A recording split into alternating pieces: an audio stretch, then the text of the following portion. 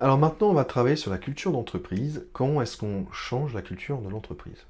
Alors, la culture de l'entreprise, qu'est-ce que c'est que la culture? C'est des valeurs, ça dépend d'un espace-temps, c'est lié à des récompenses et des punitions qui ont été vécues, c'est des règles, des croyances, des mythes, des traditions, des mythes. Dans une entreprise, il y a des mythes, le mythe du fondateur qui est parti de rien, etc.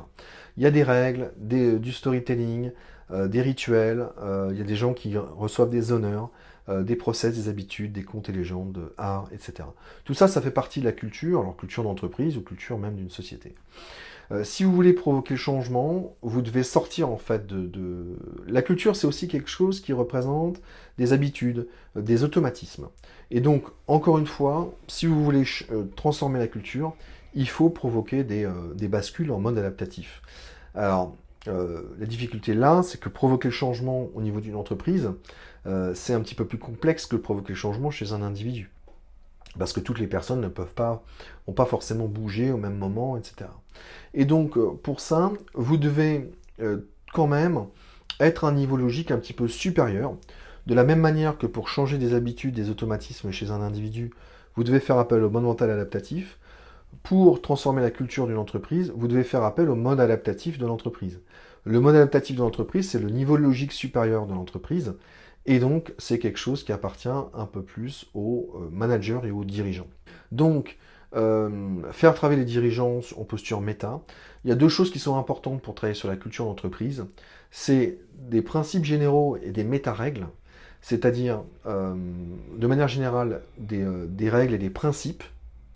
Et donc, c'est bien d'avoir c'est ces principes-là qui vont diriger la culture d'entreprise, à condition qu'il y ait des incitateurs qui soient appliqués, quoi. Des incitateurs qui soient réels, quoi. Qu'est-ce que ça veut dire? Ça veut dire que si on prône la transparence, mais que derrière on n'est jamais transparent et que les personnes qui ne sont pas transparentes ne sont jamais réprimandées ou punies, finalement, dans la culture de l'entreprise, il n'y a pas de transparence. Donc ça n'a rien à voir avec les discours, ça a à voir vraiment avec les principes, qu'est-ce que les gens respectent comme principe, et qu'est-ce que les gens respectent comme règle. Donc si vous voulez changer la culture de l'entreprise, il faut énoncer des principes nouveaux, comme la transparence par exemple, mais il faut qu'il y ait des incitateurs qui soient cohérents avec cette transparence. Ça veut dire que si jamais des personnes ne sont pas transparentes, eh ben, elles ne vont pas être récompensées par des augmentations salariales, elles ne vont pas être récompensées par de la reconnaissance de la part des autres, et ne vont pas être récompensées d'une manière ou d'une autre, quoi.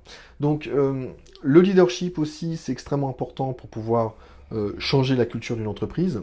Quand vous avez un nouveau dirigeant dans une entreprise, ça peut complètement changer la culture de l'entreprise. On est à un niveau méta, on est le mode adaptatif finalement de l'entreprise. Il arrive avec une nouvelle manière de penser, une nouvelle manière de faire, un grand leadership, c'est-à-dire que les gens finalement le suivent, et il peut dire, bon bah voilà, à partir de maintenant, on va faire comme ça, et ça va changer. Et si vous le faites correctement, vous serez récompensé. Il y aura des primes, vous allez être récompensé parce qu'on va parler de vous de manière positive, vous pourrez avoir le poste que vous souhaitez, etc., etc. Alors j'en profite pour dire que les modes de récompense, les incitateurs, ils dépendent énormément des gens, hein. Tout le monde n'a pas les mêmes incitateurs, tout le monde n'attend pas plus d'argent, ça dépend vraiment des individus. Donc ça, c'est à voir en fonction des gens, c'est ça qui est extrêmement complexe aussi. Mais un bon leadership, ça peut changer la culture de l'entreprise. Et les crises également, quand il y a des grandes crises, quand l'entreprise subit des crises, et ben pareil, l'entreprise doit s'adapter, elle remet en question un certain nombre de choses, et si dans sa culture, il y a des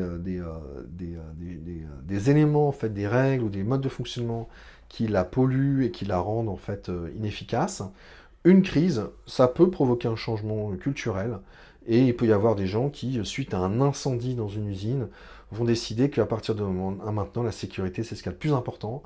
On a vécu une histoire commune, où on a vécu un traumatisme en commun. À partir de maintenant, on va être beaucoup plus attentif sur la sécurité, et ça fait partie de notre culture d'entreprise maintenant. La sécurité, c'est important, parce que, rappelle-toi, 1986, l'incendie dans telle usine, ça nous a tous traumatisés, et plus jamais ça. Voilà, donc travailler sur le changement culturel, méta-règles, des principes qui doivent être appliqués, qui doivent être suivis d'incitateurs qui sont cohérents. Donc si vous voulez travailler sur le changement de l'entreprise, il faut plutôt taper en haut, travailler avec les dirigeants, mais que tout ça soit logique, que ce ne soit pas simplement des discours, mais que derrière les incitateurs, finalement, puissent être dans la même lignée, quoi.